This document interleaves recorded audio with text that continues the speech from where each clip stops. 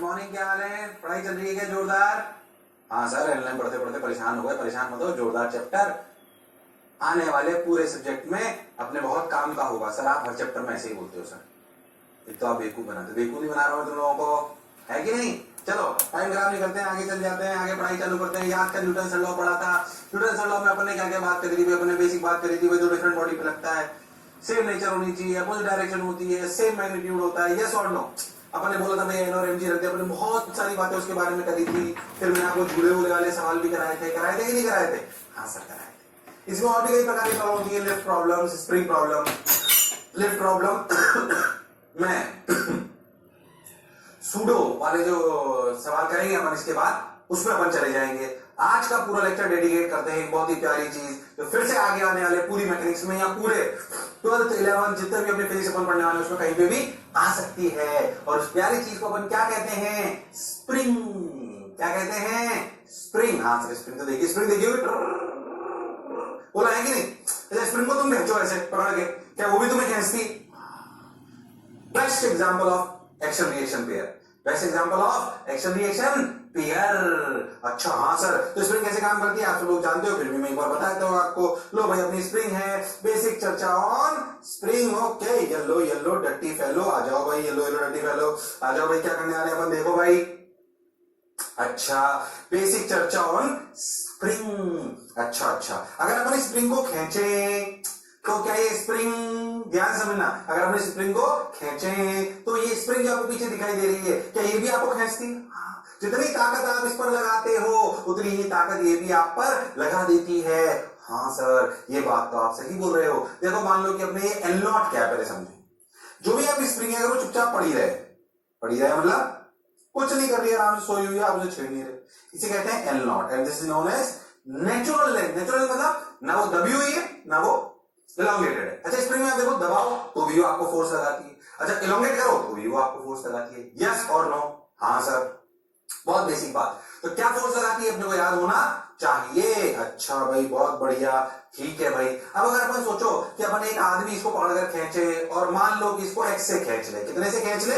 X से। Okay, तो क्या x is change in length? जैसे फिर से अपन बात करें कि अगर आपकी स्प्रिंग ऐसे थी, एल नॉट लेंथ में थी, ये इसकी नेचुरल लेंथ थी, अगर मैं इसको खींचकर टक टक टक टक टक, अगर मैं इसको खींचकर एक्स और ले जाऊं, यानी कि एक्स ज्यादा ले जाऊं, बोलो क्लियर है? तो क्या ये स्प्रिंग इस आदमी को, पहले तो किधर खींचेगी? पीछे, मतलब इधर की तरफ, और आदमी उसको किधर खींच रहा है? इधर। तो ये एक्शन रिएक्शन पेयर है। यस और नो? जानते हो, फिर भी अपन एक बार और समझ लेते हैं। अच्छा ठीक है। अच्छा, स्प्रिंग में चीज डिफाइन करते हैं, जिसे बोलते हैं के। के is what? Spring constant. Sir इसकी वैल्यू कैसे आती है? थोड़ी बहुत स्प्रिंग की कांस्टेंट की वैल्यू तुम समझोगे इलास्टिसिटी में। इलास्टिसिटी आएगा एक चैप्टर, तब उसकी बात करेंगे, अभी नहीं। तुम मेरा समझो, स्प्रिंग कांस्टेंट से मुझे क्या समझना चाहिए? स्प्रिंग कांस्टेंट का मतलब है, ऐसे समझ, कुछ स्प्रिंग तो ऐसी होती है जो थोड़ा सा फोर्स लगा बहुत लंबी हो जाती है। अरे यस और नो? हाँ, ऐसे समझो, अगर मैं दो स्प्रिंग है, फील करना आप, स्प्रिंग कांस्टेंट कैसे समझने का प्रयास करना। मान लो दो स्प्रिंग है, ठीक, मान लो कि एक आदमी इस पे भी 10 न्यूटन लगाए और इस पे भी 10 न्यूटन लगाए, ऐसा समझो, फोर्स लगाए, तो दोनों लंबी होगी। हाँ सर, दोनों। मान लो कि ऊपर वाली स्प्रिंग इतना लंबा हो गई, मान लो कि ये लंबा हो गई 10 सेंटीमीटर, और ये 10 न्यूटन लगाने पे ये थोड़ी टाइट सी थी, ये 5 सेंटीमीटर लंबा हो गई। अच्छा, तुझे क्या लगता है कौन सी स्प्रिंग ज्यादा कड़क थी? मैं इतनी आसानी से नहीं होगी, ऊपर वाली कि नीचे वाली? नीचे वाली। क्या नीचे वाली स्प्रिंग ज्यादा कड़क थी? क्या ऊपर वाली स्प्रिंग ज्यादा नरम थी? नरम का मतलब अपन क्या समझते हैं अपनी भाषा में कि भाई थोड़ा सा फोर्स लगाने पे ज्यादा खिंच जाए। यस और नो? ज्यादा आसानी से उसे डेविएट करा जा सकता हो। हाँ सर, तो जो कड़क हो, जो ज्यादा फोर्स में भी कम इलोंगेट हो या कम कंप्रेस हो, उसका के ज्यादा होता है, उसका के ज्यादा होता है। मतलब इसको K1 मान लू, इसे K2 मान लू, फोर्स बराबर अगर लगाया तो K2 बड़ा है किससे? K1 से। तो आप ऐसा समझो कि स्प्रिंग कांस्टेंट जो डिफाइन करी गई है, जिसकी थोड़ी बहुत बात कैसे आता है, क्या होता है, और वो इलास्टिसिटी में समझेंगे। तो अभी इतना समझो कि K बड़ा मतलब, दो स्प्रिंग में अगर K बड़ा है तो तुम समझ जाओगे।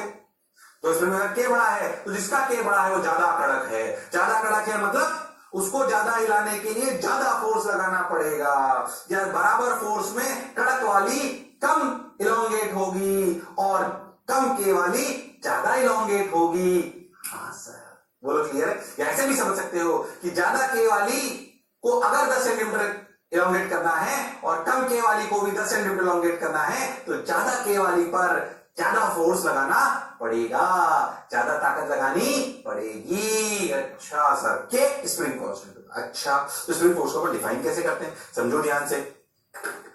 नहीं तो देखो लिखा हुआ है, क्या लिखा हुआ है भाई, देख लो एकदम। तो मैंने अभी आपको समझाया कि भाई स्प्रिंग टेंड्स टू, लिखा दो, spring tends to resist any kind of deformation, compression और एक्सटेंशन। ये हम जानते हैं। क्या रेजिस्ट का मतलब क्या है, वो पड़ी हुई है आराम से, आपने उसे कहा तो उसने अपोज करा, नहीं अपोज। अगर आपने उसे दबाया तब भी उसने अपोज करा, दबाओगे तो भी अपोज करोगे। मैं जहाँ हूं, मैं खुश हूं, ना तो मुझे लंबा करो ना मुझे छोटा करो। छोटा करोगे तो वो लंबा होने के मतलब नेचुरल लेंथ पे आने का प्रयास करेगी, लंबा करोगे तो वो नेचुरल लेंथ पे आने का प्रयास करेगी। तो उसके आराम की स्टेट क्या है, नेचुरल लेंथ। तो उसे खींचोगे तब भी वहीं आना चाहेगी और दबाओगे तब भी वहीं आना चाहेगी। हाँ सर, तो बेसिकली नेचुरल लेंथ में आना चाहिए, दबाओगे तो वापस नेचुरल लेंथ में लंबा होना चाहेगी, लंबा करोगे तो फिर वापस नेचुरल लेंथ में छोटा होना चाहिए। बोल यस और नो। हाँ सर, तो रेजिस्टेंस है towards its state of rest, that is natural length, that is natural length. Okay sir, spring tends to resist any kind of deformation, compression और एक्सटेंशन। रेजिस्ट, बोलो क्या मेरी बात समझ आ रही है? हाँ सर, बात बिल्कुल समझ आ रही है। देखो भाई अब क्या है, जब मैंने इसे एक्स खींचा तो इसने आदमी पर जब इसे रेजिस्ट करा, इसे मैंने क्या दिखाई करा आपको, के समझ में आ रहा है? पीछे देखो, के समझ में आ रहा है? के क्या बोला मैं अभी, ये देखो के वाली बात, बोलो क्लियर है? अगर हम के वाली बात करें तो के क्या है, के ये बताता है कि वो कितनी कड़क है। अब सोच, कड़क का मतलब रेजिस्टेंस कितनी दिखाती हो, ज्यादा के मतलब ज्यादा रेजिस्टेंस की मैं नहीं बदलूंगी इतनी आसानी से। यस और नो, है कि नहीं? चलो भाई बात समझ आ गई, अच्छी बात भाई।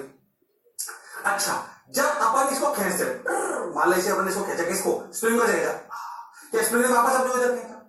क्या इसके अंदर एक फोर्स डेवलप हुआ जिसे कहते हैं रीस्टोरिंग फोर्स। रीस्टोरिंग फोर्स मतलब रीस्टोर करने का क्या मतलब है, इसकी रीस्टोर मतलब जिस जगह थी ये वहीं रहना चाहती है। क्या नेचुरल लेंथ में थी? हाँ। क्या इसके आराम की पसंद नेचुरल लेंथ है? हाँ। तो नेचुरल लेंथ में ही अगर रहना चाहती है तो अगर आप इसको नेचुरल लेंथ से बदलोगे, चाहे इलोंगेट करो चाहे कंप्रेस करो, क्या it will again try to restore its position? क्या ये अपनी पोजीशन में वापस आने के लिए ताकत लगाएगी? वो जो ताकत वाला फोर्स है उसे कहते हैं रीस्टोरिंग फोर्स। जितना ज्यादा के होगा क्या उतना ज्यादा ये रीस्टोरिंग फोर्स होगा। ये रीस्टोरिंग फोर्स असलियत में दो चीजों पर डिपेंड करता है, ध्यान से देखें तो। रीस्टोरिंग फोर्स एक तो के पर, जितना ज्यादा के उतनी ज्यादा ताकत लगाएगा वापस आने के लिए, और जितना ज्यादा इलोंगेट करा, जितना ज्यादा क्या करा, इलोंगेट। हाँ, बात तो आप सही कह रहे हो। अब सोचो, मान लो कि ऐसे स्प्रिंग थी, इस स्प्रिंग को नेचुरल लेंथ से, नेचुरल लेंथ थी एल का मतलब नेचुरल लेंथ। ये ना स्प्रिंग की कहानी यहाँ पे तो एक बार खत्म हो जाएगी, पर स्प्रिंग की कहानी सेंटर ऑफ मास एसएचएम में तो बहुत काम आएगी, इसलिए अभी बेसिक समझ लो। आज का लेक्चर मोस्ट प्रॉब्ली इसी पे चलेगा पूरा है ना, पर ये काम में बाद में भी बहुत आने वाले। चलो, तो मालूम है नेचुरल लेंथ से इसको और ऐसे खींच दो स्प्रिंग को, ये और ऐसे लॉन्गेट हो गई मान लो, तो क्या नेचुरल लेंथ में आ जाएगी? सोच, जो ये स्प्रिंग है ये अपने आप को किधर खींचेगी, मतलब इस वाले पॉइंट को जो लास्ट पॉइंट उधर खींचेगी, इधर। मतलब कि स्प्रिंग जिस भी आदमी ने इसको पकड़ रखा है, जो भी आदमी है, क्या उस आदमी पर फोर्स इधर लगाएगी? मैं आदमी पर डायग्राम बना रहा हूं और आदमी इस पर किधर लगाएगा, इधर। तो स्प्रिंग आदमी पे फोर्स इधर लगाएगी, इधर।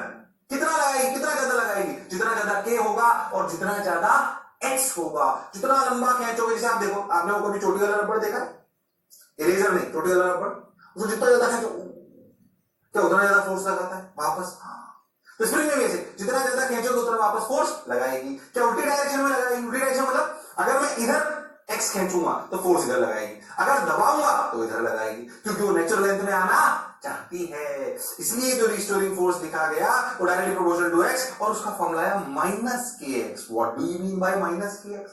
ये के प्रोपोर्शनलिटी कांस्टेंट है जिसे हम कहते हैं स्प्रिंग कांस्टेंट। ओके, अब बात समझ में आई। माइनस क्या सिग्निफाई करता है? माइनस से सिग्निफाई करता है कि अगर आप इलोंगेट करोगे तो वो नेचुरल लेंथ में आने के लिए, मतलब अगर आपने एक्स इधर लगाया, एक्स लगाया मतलब एक्स अगर आपने इधर इलोंगेट करा तो फोर्स इधर आएगा, अगर एक्स कंप्रेस की साइड करा तो भी वो अपोजिट आएगा। कैसे? जैसे मान लो नेचुरल लेंथ है, ठीक, अगर मैं स्प्रिंग को कंप्रेस कर दूं ऐसे एक्स से, ठीक, तो एक्स इधर लिया तो सोच स्प्रिंग मान लीजिए लड़के ने पकड़ के ऐसे दबा दिया तो स्प्रिंग लड़के ने फोर्स इधर लगाई इधर, क्या अपोजिट टू एक्स? तो स्प्रिंग क्या हमेशा एक्स जिधर भी होगा, चाहे वो इलोंगेट करो चाहे वो कंप्रेस करो, क्या उसके अपोजिट होगा? अगर इलोंगेशन करा राइट में तो स्प्रिंग फोर्स लगाएगी लेफ्ट में, अगर स्प्रिंग को दबाया लेफ्ट में तो क्या फोर्स लगाएगी राइट में? बात बिल्कुल सही। अरे यस और नो? हाँ सर बिल्कुल, एकदम क्रिस्टल क्लियर। तो एक फोर्स का फॉर्मूला याद रखें, F बराबर माइनस के एक्स, हालांकि तुमने पहले भी सुना होगा पर मन मंदिर में बसा होना चाहिए, के बारे में अच्छे विचार आने चाहिए, माइनस क्यों आता है क्लियर होना चाहिए। अरे यस और नो? हाँ सर, कोई बुराई वाली बात नहीं है। ओके ठीक है सर, बहुत बढ़िया, बहुत सुंदर। अब क्या करें? अब कुछ मत करो, मेरी बात सुनो, ये बात समझा। अच्छा, अगर आप बहुत ध्यान से देखो तो आपको एक बात क्लियरिटी समझ में आएगी, एफ स्प्रिंग अपना माइनस की एक्स, ठीक है, ये लोग फोर्स का याद रखना है, एक्स के अपोजिट होता है इसलिए माइनस आता है, कि ताकत बताता है, ये हम सबने लिख लिया। अब जैसे मान लो देखो ये जो स्प्रिंग है अपन ने, ये जो नेचुरल लेंथ में थी स्प्रिंग, मान लो ये, इसी को दिखा देता हूं, देख वापस मान लो कि ये स्प्रिंग है, ठीक, अब इसको अपन ने ऐसे इलोंगेट कर लिया, ये अपनी नेचुरल लेंथ थी, अपन ने इसको एक्स और इलोंगेट कर लिया, ठीक ठीक सर, अच्छा लग रहा है, बढ़िया बढ़िया। क्या इस पॉइंट पर स्प्रिंग पीछे की तरफ फोर्स लगाएगी के एक्स, क्योंकि एक्स राइट में है? अच्छा, क्या ये स्प्रिंग इस दीवार पे भी फोर्स लगाएगी? हाँ, ये के एक्स दोनों तरफ होगा, इसे कंफ्यूज मत होगा, ये एक्शन रिएक्शन पेयर है दोनों तरफ। क्या स्प्रिंग के एक ही एंड पे के एक्स लगता है? नहीं, दोनों तरफ लगता है, दोनों तरफ जो बंधा हुआ है। हालांकि इस वाले सवाल में क्या मैं दीवार को इधर धकेल सकता हूं? नहीं, इसलिए वो पॉइंट चल नहीं रहा है। पर सोचो अगर उधर भी ब्लॉक होता या उधर कुछ होता तब भी क्या उस पर फोर्स लगता? हाँ, तो के एक्स फोर्स स्प्रिंग के एक एंड पे लगता है कि दोनों पे लगता है? दोनों पे लगता है, और दोनों ऐसे जो भी उससे जुड़ा हुआ है उन पे वो ऐसे ताकत लगाते हैं कि वो वापस नेचुरल लेंथ में आ जाए। मतलब इस सिचुएशन में क्या दीवार को भी इधर धकेलने का प्रयास कर रही है स्प्रिंग, और क्या इस आदमी को भी इधर लाने का प्रयास कर रही है? अब कौन जीतेगा? वो तो वो है जिसकी ताकत ज्यादा होगी, पर जितना जितना आप इसको स्ट्रेच करते जाओगे अपनी ताकत बढ़ाती जाएगी, और अगर स्प्रिंग का के ज्यादा हुआ तो वैसे ही ज्यादा है। अरे यस और नो? तो क्या केस ध्यान से देखो, हाँ ध्यान से देखो, ऐसे ऐसे क्या अपोजिट एंड पे बराबर फोर्स लग रहे हैं, और ऐसे लग रहे हैं कि दोनों नेचुरल लेंथ पे लाना चाहते हैं। अगर इसी स्प्रिंग को ध्यान से देखो, ये जो अपनी स्प्रिंग की नेचुरल लेंथ वाली, ऐसे देख, ये जो नेचुरल लेंथ वाली स्प्रिंग थी, ऐसे मान लो ये नेचुरल लेंथ है, अगर अपन इसको कंप्रेस कर दें ऐसे, ये कंप्रेस कर दिया एक्स, तो क्या ये वाले पॉइंट पर फोर्स की एक्स इधर लगेगा, और क्या दीवार पर फोर्स की एक्स इधर लगेगा? हाँ, क्योंकि वो फैलना चाहती है तो दीवार को ही बोलेगी उधर जा, हालांकि दीवार नहीं जाएगी, है कि नहीं, तो ये वाली जाएगी, वही तो जाएगा, पर फोर्स बराबर लगेगा दोनों तरफ। अच्छा हाँ सर, धीरे धीरे इसलिए बोल रहा हूं ताकि आपके मन में जरा सा भी स्प्रिंग को लेके हालांकि आपने पहले पढ़ा हुआ है, अगर आपके मन में जरा सा भी कंफ्यूजन है तो दूर हो जाना चाहिए। बहुत बढ़िया भाई, बहुत सुंदर, बहुत मजा आया, वाह वाह। लो भाई, spring tends to resist any kind of deformation, compression, slash extension, as used change in length of the spring, ये वो सब हो गया। अच्छा भाई, बहुत बढ़िया, बहुत सुंदर, बहुत मजा आया। अब क्या करें? अच्छा ठीक भाई, आगे चलते हैं, बात तो अपन जानते हैं। आ जाओ भाई, अपन समझ गया स्प्रिंग बराबर माइनस की। ठीक भाई, अगर अपन नोट ले लें, थोड़ा सा को देख लेते हैं, एक्सटर्नल एक्स पे, तो गैस पे फोर्स पीछे की तरफ लगेगा, एफ बराबर माइनस की एक्स, के बाद में समझा चुका हूं, तो के प्रोपोर्शनलिटी ऑफ स्प्रिंग कांस्टेंट। अच्छा ध्यान से देखो, फॉर्मूला है स्प्रिंग फोर्स का, F बराबर माइनस के एक्स, F बराबर माइनस के एक्स। के की अगर ध्यान से देखें, अगर यूनिट वाइज देखें तो न्यूटन, के की यूनिट और एक्स मीटर, बोलो क्लियर? तो के की यूनिट क्या है? न्यूटन पर मीटर, तो के ऐसे दिया होता है 100 न्यूटन पर मीटर, उससे क्या समझे? 50 न्यूटन पर मीटर। इसका मतलब क्या हुआ कि अगर आप 50 न्यूटन का फोर्स लगाओगे तो 1 मीटर का इलोंगेशन आएगा। अगर आप 50 न्यूटन का फोर्स, अगर के की वैल्यू मान लो ऐसे दी हुई है 50 न्यूटन पर मीटर, तो तुम क्या समझे इस स्प्रिंग से? इस स्प्रिंग से मैं समझा कि अगर इस स्प्रिंग को 1 मीटर लंबा करना है या 1 मीटर दबाना है तो अपने को 50 न्यूटन का फोर्स लगाना पड़ेगा। जनरली ज्यादा ही होता है, 1500 ऐसे होते हैं, है कि नहीं? बट फिर भी ठीक है, जो भी नॉर्मल अपन माने मान सकते। ठीक भाई, तो ये भी मैंने आपको समझा दिया, माइनस का मतलब भी मैंने आपको समझा दिया। कंप्रेस करोगे नेचुरल लेंथ से तो क्या, मैं डायग्राम बनवा चुका हूं पीछे, सिर्फ एनिमेशन से दिखा रहा हूं। क्या स्प्रिंग इधर की तरफ फोर्स लगाएगी? हाँ सर। और ध्यान से देखो, आप चाहो तो ये भी ध्यान रखना कि kx इधर भी आएगा भाई, ऐसे कंफ्यूज नहीं होना अपने को, है कि नहीं? ये kx इधर है तो ये kx इधर भी है। अरे यस और नो, ये दोनों तरफ लगता है। हालांकि हम दीवार को हिला नहीं सकते, इसलिए एक ही तरफ से काम चला लेते हैं। अच्छा सर, बात तो आपकी, ऐसा नहीं कि दोनों तरफ हिलने वाली चीजें नहीं होंगी, होंगी। जब सेंटर ऑफ मास पढ़ोगे, जब आप एसएचएम पढ़ोगे, तब वो भी आएंगे। अब भी इसको थोड़ा बेसिक से आगे चलते हैं। अच्छा सर, F बराबर माइनस के समझ में आया। स्प्रिंग अपनी नेचुरल में आना चाहती है, लंबा करोगे तो वापस आने का प्रयास करेगी, दोनों तरफ अंदर की तरफ फोर्स होगा, अगर दबाओगे तो दोनों तरफ बाहर की तरफ फोर्स होगा। हमारा काम एक से ही चल जाता है, क्योंकि जल्दी हमारी तरफ भी दीवार होती है। जब दोनों तरफ चलेंगे तो आगे वाले चैप्टर में आएंगे, तब उसको और समझेंगे। अभी इतनी बात याद रखो। अच्छा सर, बात आपकी बिल्कुल क्लियर है। अच्छा, ये क्लियर है एकदम? इसमें कोई तकलीफ? बिल्कुल बेसिक बात, वो क्लियर है क्या? धीरे धीरे लेक्चर का लेवल आज बढ़ता जाएगा, पूरे टाइम मैक्सिमम बात स्प्रिंग की ही होगी। ओहो, स्प्रिंग पहुंचने मतलब अपन समझते हैं। मान लो अपन सेम मास की बॉल रख दी स्प्रिंग, कुछ सोच, बोल किसका के ज्यादा है? सेम मास की बॉल रख दी, बोल किसका के ज्यादा है? फटाफट बोल दे। 1/2 का तो स्प्रिंग थी, दोनों पर सेम मास की बॉल रख दी, दोनों दबी, दबी नहीं दबी, देख दोनों दबी, ये देख, दोनों को छोड़ दिया, नेचुरल लेंथ पे दी, दोनों नेचुरल लेंथ भी सेम थी, दोनों दब गई। बोल कौन ज्यादा दबी? x2। बोल किसका के ज्यादा? लॉजिक सुन, क्या दोनों पे mg लगा? दोनों पर mg लगा, ओके। हाँ, तो क्या बैलेंस करने के लिए यहां पर आएगा k2x2 और यहां पर आएगा k1x1। अरे यस और नो, क्या हमें फील्ड से दिख रहा है कि x2 is greater than x1? हाँ सर, बिल्कुल दिख रहा है। और क्या अगर बैलेंस होना है तो क्या k1x1 बराबर mg होना चाहिए और k2x2 बराबर mg होना चाहिए? क्योंकि जब नीचे दबी स्प्रिंग तो फोर्स लगाएगी ऊपर, क्या वो mg को बैलेंस करेगा इक्विलिब्रियम पोजीशन पे? हाँ सर।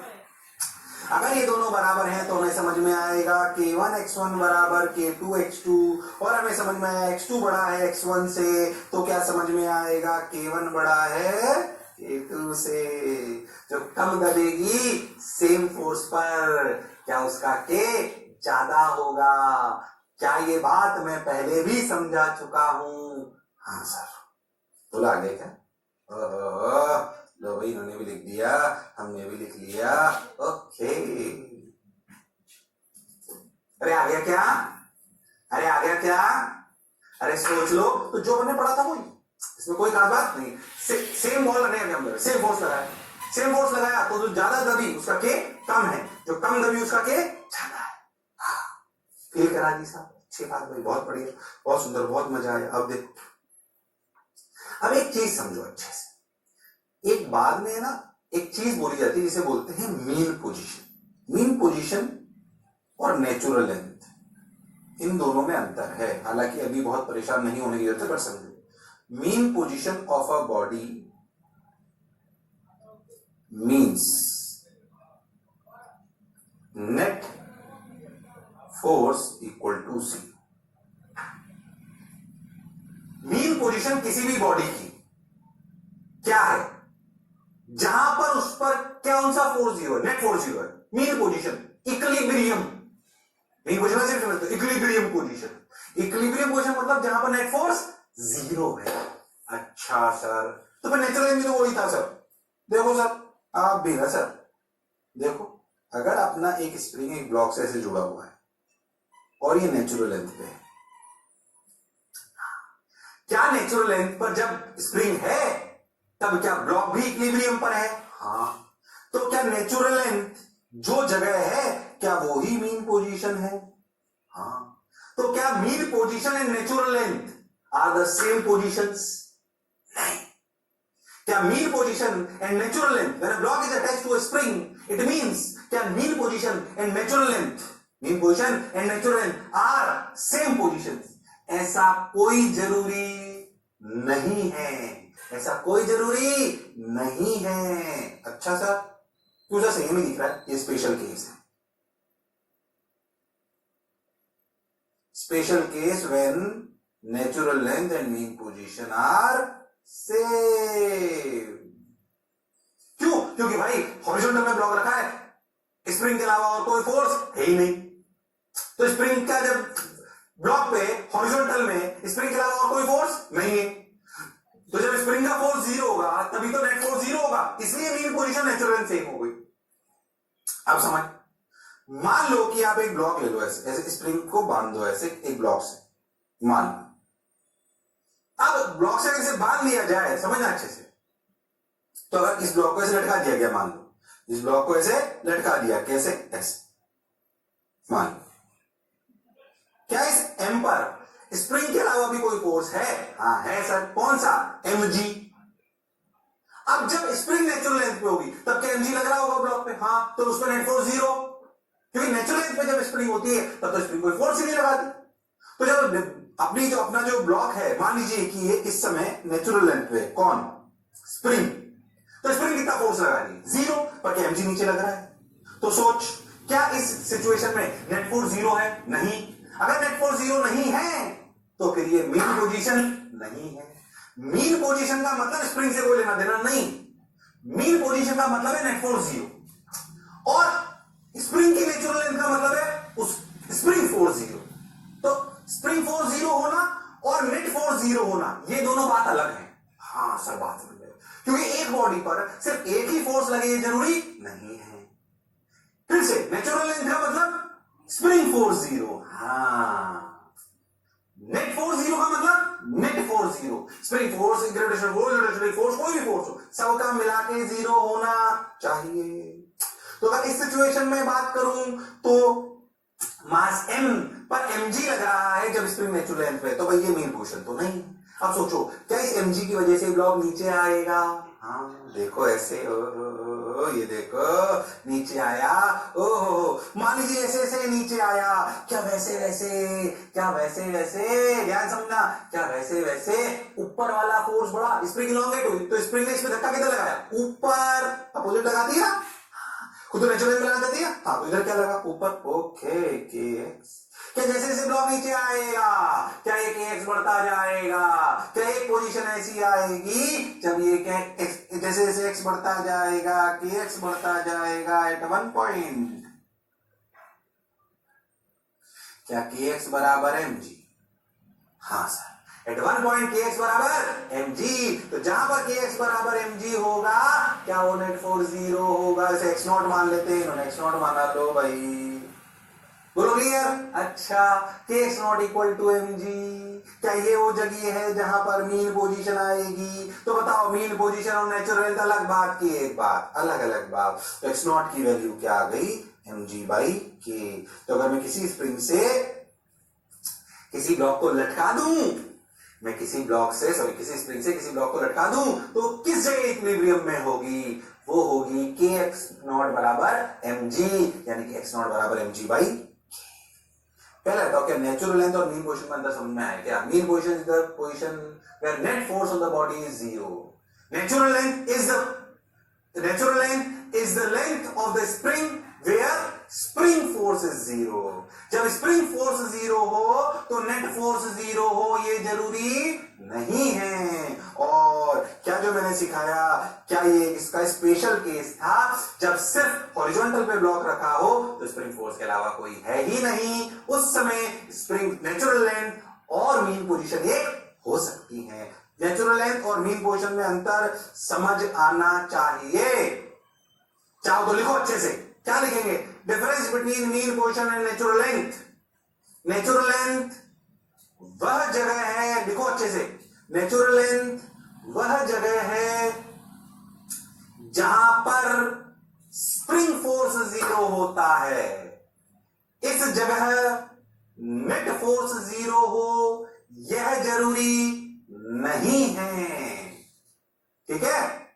फिर से एक बार, नेचुरल लेंथ वह जगह है जहां पे स्प्रिंग फोर्स 0 होगा, ठीक है। इस जगह नेट फोर्स 0 हो यह जरूरी नहीं है। अच्छा, मीन पोजीशन यह वह जगह है जहां पर बॉडी पर नेट फोर्स 0 होगा।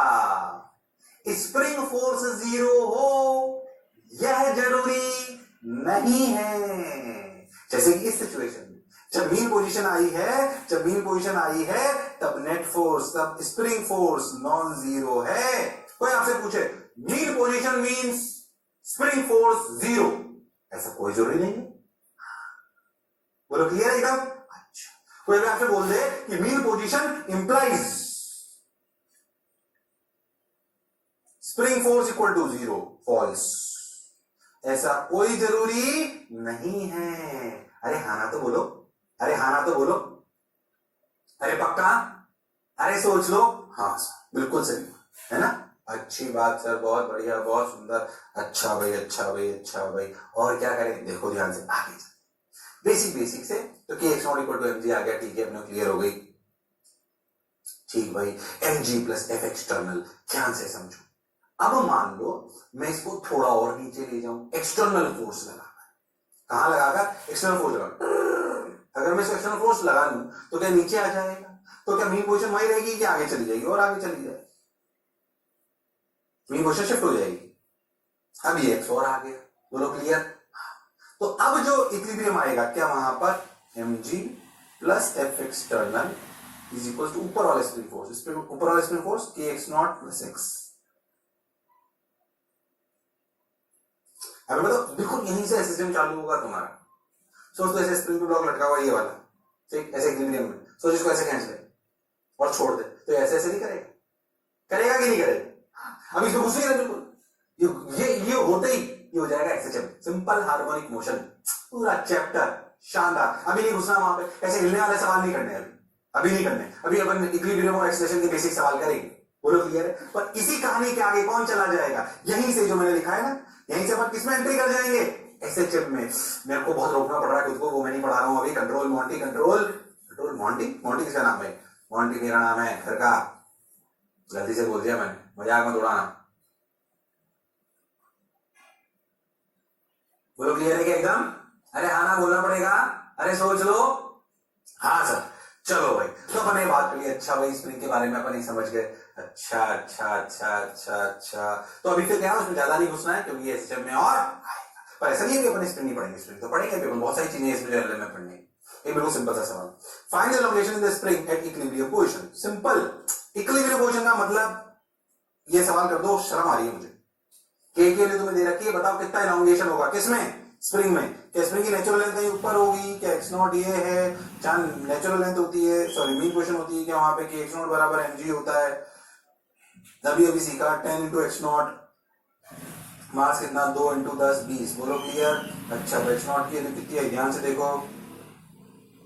हाँ बिल्कुल सही चल रहा है, 2, बस आ गया। इससे आसान सवाल में नहीं पूछ सकता था, शर्म आ गई मुझे पूछते हुए। लो, case not equal to mg, जहां पे इक्विलिब्रियम आएगा, यही तो बताया अभी। अरे यस और नो, चल। हाँ भाई, तो ये वाला सवाल अपन करते हैं। अच्छा, ये वाला सवाल क्या कह रहा है? ये वाला सवाल कह रहा है कि भाई आपकी स्प्रिंग पहले से इंक्लाइन प्लेन पे रखी हुई है। अच्छा, उसको मीन पोजीशन से अपन नीचे ले गए, कितना? 0.1 मीटर मीन पोजीशन से। ध्यान देना, किससे ले गए? मीन पोजीशन से नीचे ले गए। अच्छा चलो, पहले ना मीन पोजीशन पे क्या होता है तो देख ले। मीन पोजीशन पे तो मैं समझ गया, चाहिए थीटा, ये ऐसे स्प्रिंग, ये अपना ब्लॉक। क्या मीन पोजीशन और नेचुरल लेंथ एक ही होगी? नहीं सर, क्योंकि ये नेचुरल लेंथ होगी, ये मीन पोजीशन होगी। मीन पोजीशन पर क्या स्प्रिंग, अगर ये लेंथ अपनी पहले से एक्स नॉट है, तो क्या इस ब्लॉक पर अलोंग द इंक्लाइंड प्लेन क्या mg sin थीटा लग रहा है? हाँ सर, mg sin थीटा लग रहा है। ओके, mg sin थीटा लग रहा है, mg sin थीटा लग रहा है। अब क्या करें? और ऊपर क्या लग रहा है? kx naught. तो क्या equilibrium position mg sin theta equal to kx naught, equilibrium position पे, यानी कि मीन पोजीशन। हमेशा जब भी इधर मीन पोजीशन से इधर हिलाएं तो मीन पोजीशन का रिलेशन जरूर लिखें, ये थोड़ी हैबिट बना लें, बहुत काम आएगा जब ऐसे जब करेंगे। अच्छा सर ठीक है, पर सर इस वाले सवाल में तो हम मीन पोजीशन से भी नीचे ले गए, हमारी नेचुरल लेंथ यहां कहीं रही होगी तो ये एक्स नॉट रहा होगा, तो ये अपनी मीन पोजीशन से भी अपन नीचे आ गए। अच्छा जब आप मीन पोजीशन से नीचे आ गए तो सोचो इस 2 kg पर देखो, इस सिचुएशन पे एफबीडी देखो, क्या नीचे लग रहा है mg sin थीटा? बिल्कुल सर लग रहा है। क्या ऊपर लग रहा है स्प्रिंग फोर्स? और स्प्रिंग फोर्स होता है kx। ये x कहां से होता है बोलो? स्प्रिंग फोर्स जब लिखोगे तो kx में x क्या होगा?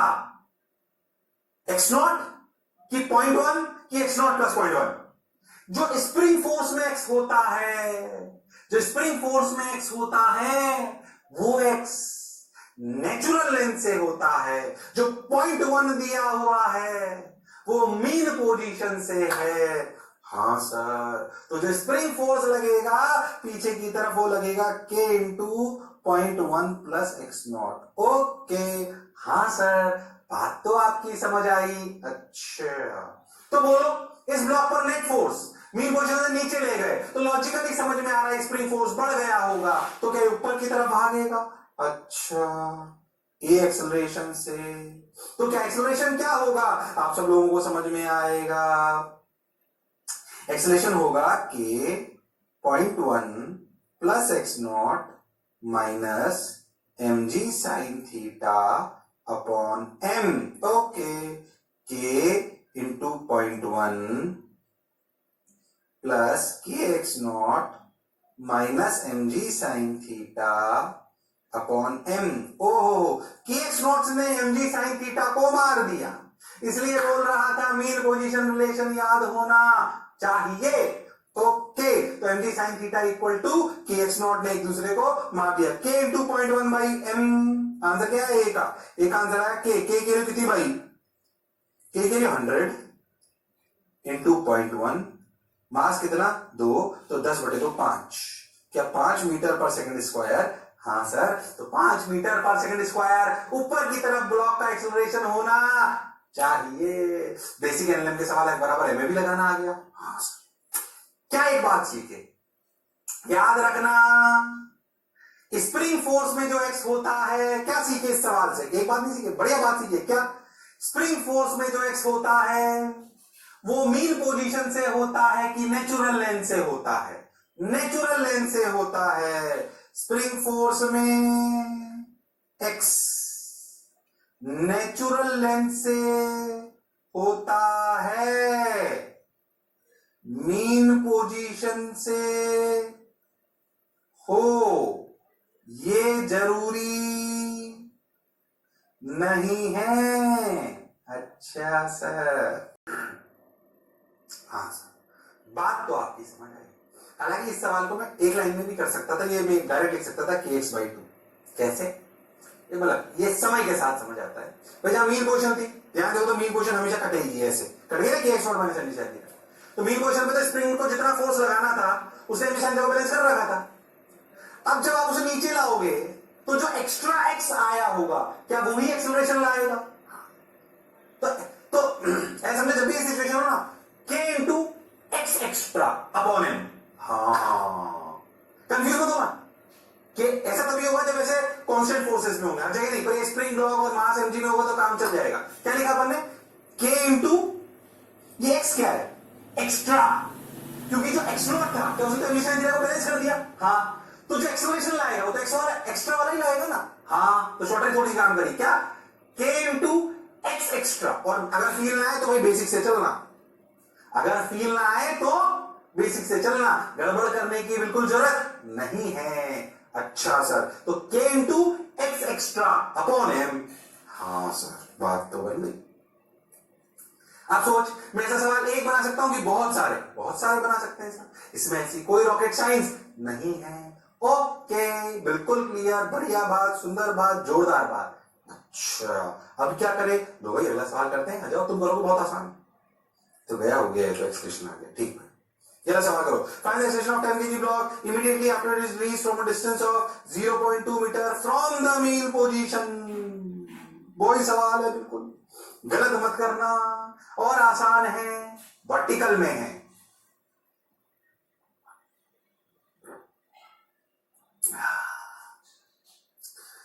जल पीने से जीवन अच्छा चलता है, और सर बातें करने से मन बहुत अच्छा चलता है।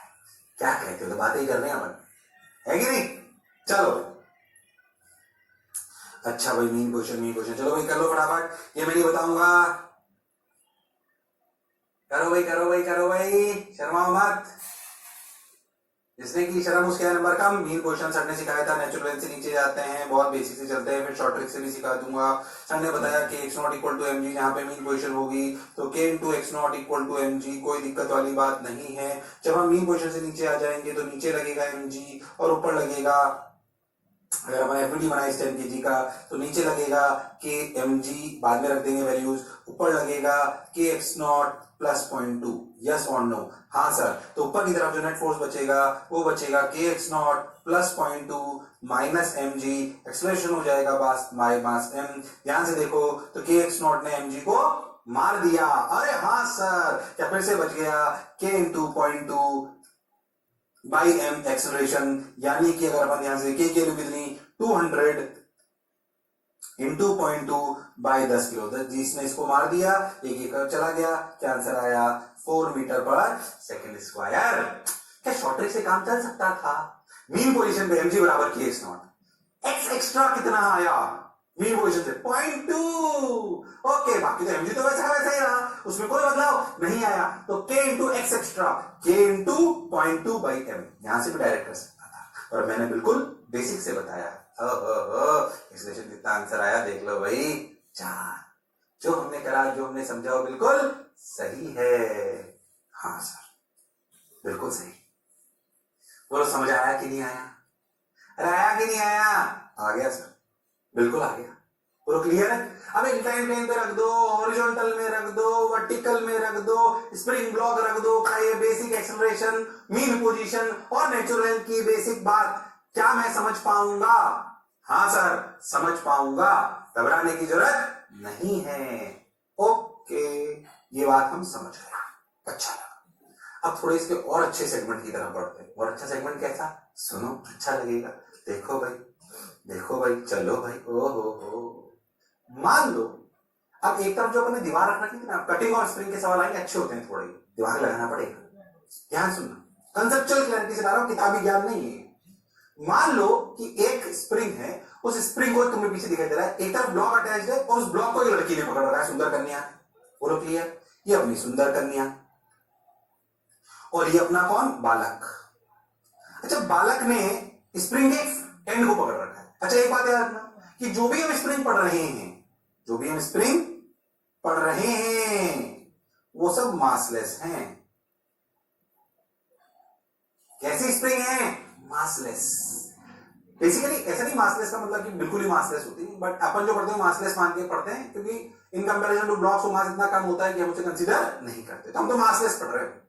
ठीक, अब समझो स्प्रिंग है जिसके एक एंड पे ब्लॉक बना है और ब्लॉक को लड़की ने पकड़ रखा है, और बालक ने भी स्प्रिंग को पकड़ रखा है, पर डायरेक्ट एक एंड को। अच्छा, तो जब आपकी ऐसे स्प्रिंग होती है तो समझो ये हम कहते हैं फ्री एंड ऑफ स्प्रिंग,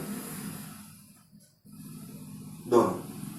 अब समझो लड़की ने फ्री एंड को पकड़ रखा है या फ्री एंड से जुड़े हुए मास एम को पकड़ रखा है, मास एम को, ठीक, और लड़के ने किसको पकड़ रखा है? Free and.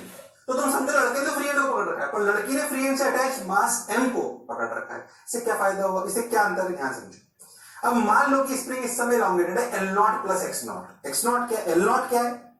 नेचुरल है, और एक्स नॉट क्या है? एक्सटेंशन। ठीक भाई, एक्सटेंशन। ओके, अब कुछ बात को समझने का प्रयास करो। मान लो कि केस नॉट क्या लड़की पर भी केस नॉट स्प्रिंग अंदर लगा रही है ब्लॉक के माध्यम से? क्या लड़के पर भी डायरेक्ट स्प्रिंग फोर्स लगा रही है केस नॉट अंदर? हाँ सर, ये बात समझ में आ रही है। फिर कह रहा हूं किताबी ज्ञान नहीं है, ये आगे जो कहानी समझाने वाला हूं उसका बेस बना रहा हूं अभी। क्या मेरी बात क्लियर? हाँ सर, अब सुने ध्यान से। अगर तू ध्यान से देख तो एक बात समझना अच्छे से, क्या करा अपन ने। मान लो कि जो लड़की थी वो ऐसे ब्लॉक को छोड़ दे, अब जस्ट आफ्टर छोड़ना, जस्ट आफ्टर रिलीज की बात करूं, लड़की ने ब्लॉक को छोड़ दिया तो ब्लॉक पर कितना फोर्स लगा, कितना लगा, कितना लगा, के एक्स नॉट। अभी उसमें के एक्स नॉट ही लग रहा था ना। हाँ, लड़की ने जैसे ही छोड़ा, लड़की ने तो नहीं छोड़ा, लड़की ने जैसे ही छोड़ा ब्लॉक को, क्या के एक्स नॉट फोर्स लगा? हाँ, अच्छा, तो इस ब्लॉक का एक्सेलरेशन छोड़ते ही क्या सिचुएशन हुई, सोच, ये तो पकड़ा हुआ है इधर लड़के ने, इस पे इधर की तरफ फोर्स लगने लगा, ब्लॉक पे कितना, के एक्स नॉट, तो एक्सेलरेशन कितना आ गया इसका इधर की तरफ ब्लॉक का, के x naught by m, finite value. मतलब मान लीजिए कि वैल्यू 10 मीटर पर सेकंड स्क्वायर है, पर छोड़ते ही मैं पूछूं जस्ट आफ्टर रिलीज, जैसे लड़की ने छोड़ा स्प्रिंग फोर्स का क्या हुआ, वो कितना था, वो के एक्स नॉट ही था। Just after release spring force कितना था, के एक्स नॉट। अभी समझना बात को, जस्ट आफ्टर लड़की ने छोड़ा किसको, ब्लॉक को, स्प्रिंग फोर्स कितना, के एक्स नॉट। छोड़ते ही, छोड़ने के धीरे धीरे इसके छोड़ने की वजह से के एक्स नॉट रहा, के एक्स नॉट की वजह से एक्सेलरेशन आया, एक्सेलरेशन की वजह से ब्लॉक चला तो एक्स नॉट कम हुआ तो स्प्रिंग फोर्स कम हुआ। पर क्या ये होने में समय लगा, क्योंकि एकदम से कोई ब्लॉक नेचुरल लेंथ में तो नहीं आ जाएगा। क्या ब्लॉक को नेचुरल लेंथ में आने में क्या समय लगेगा, क्योंकि एक्सेलरेशन फाइनाइट है। हाँ सर, और समय के साथ घट रहा है, पर है तो फाइनाइट ही। तो कोई आपसे पूछा what is the spring force just after लड़की के छोड़ना,